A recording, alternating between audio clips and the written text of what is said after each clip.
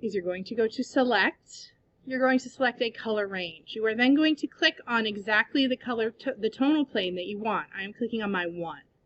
You want to make sure your fuzziness is pretty low. Let's go like under 10 so that it's just selecting those white spaces. Then I'm going to click OK. Now without clicking on anything else, because if I click on something else, it's going to reselect something, I'm going to go over to my colors and I'm going to pick my first color. I want to pick something that's light or bright. So I could pick a bright yellow and that would work as a 1.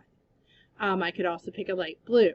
What you might want to do before you pick your colors is go back and look at the ink colors available, because you might need to mix some of the colors. So I'm letting you pick any color that you want, but if you pick yellow, that means there's less mixing.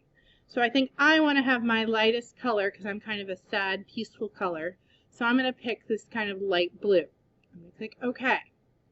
Then I am going to go to Edit, Fill. I'm going to fill with my foreground color, that is the box that I already selected. I'm going to fill normal, opacity is 100, and I'm going to click OK. That's automatically going to fill in that space. I'm then going to do the same thing. I'm going to go to Select, Deselect. That deselects those colors. I am now going to select Color Range, my color 2. Now, when I go here, I could just pick a darker version of this, or I could pick something else. So this is where you get to play a little bit. I maybe want my next color to be kind of a bright blue, so that my first color is something I might need to mix with white and teal. This one is a bright blue that I can use straight out of the jar. Edit, Fill. OK. Select, Deselect. So I'm starting to get an idea of what my thing's going to look like. Select Color Range. I'm going to pick my next color.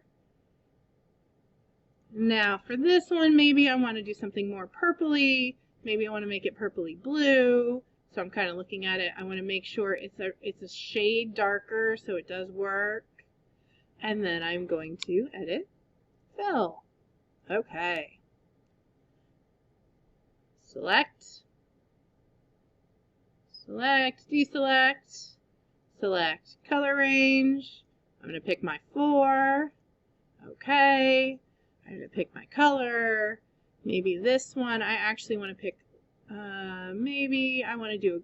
Maybe I want to go into the red purples and pick something. Ooh, I kind of like that.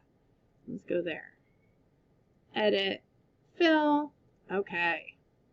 Now I'm going to select, deselect.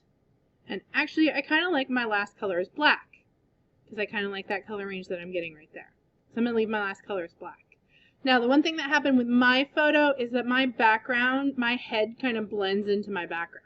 So if I go to fill my background, it's not really going to give me, or it's going to fill everything. It's even going to fill my background color. So what you can do if this is the case, you can either come up here and just select a box to have your background space, or you can go into the same place we went before, where you go from gradient tool to paint bucket tool. I'm going to pick my background color. Now I want my background to contrast, but still feel that calm color. So maybe I'm going to go with kind of a middle green. Let's pick something more on the blue side of green. That's still too light. There we go. There we go. Let's try that. And I'm just going to fill that space. So it gives me an idea. Oh, I don't like that. So if you ever get to a point where you're like, oh, I don't like that, just go into history or Control Z. Maybe I want to try something that's more on this scale. Ooh, I like that. I still don't quite like it. But this is your chance to play, because once you start to print, you need to know what colors you're printing, and you need to have an idea of what they're going to look like together. So you're going to pick your 5 or 6 tones. You are going to fill. You're going to select color range, fill foreground, and make sure you're filling each of the colors so that you have a final color scheme. And I'm going to actually pick one. I think I'm actually going to go with a really dark blue. And no, I still don't like that. Hold on. You get one more color. Let's go with a red. Let's make it really bright. There we go. So I'm going to pick that as my background. And now I have my whole 6-color color scheme. The last thing I'm going to do is file, export as, JPEG. I'm going to save it, make sure my quality is pretty high. And then I am going to not only save this on my laptop so I have it, but I am also going to turn it into today's Canvas assignment so that you have your color plan of what colors you're going to do before we go to print background.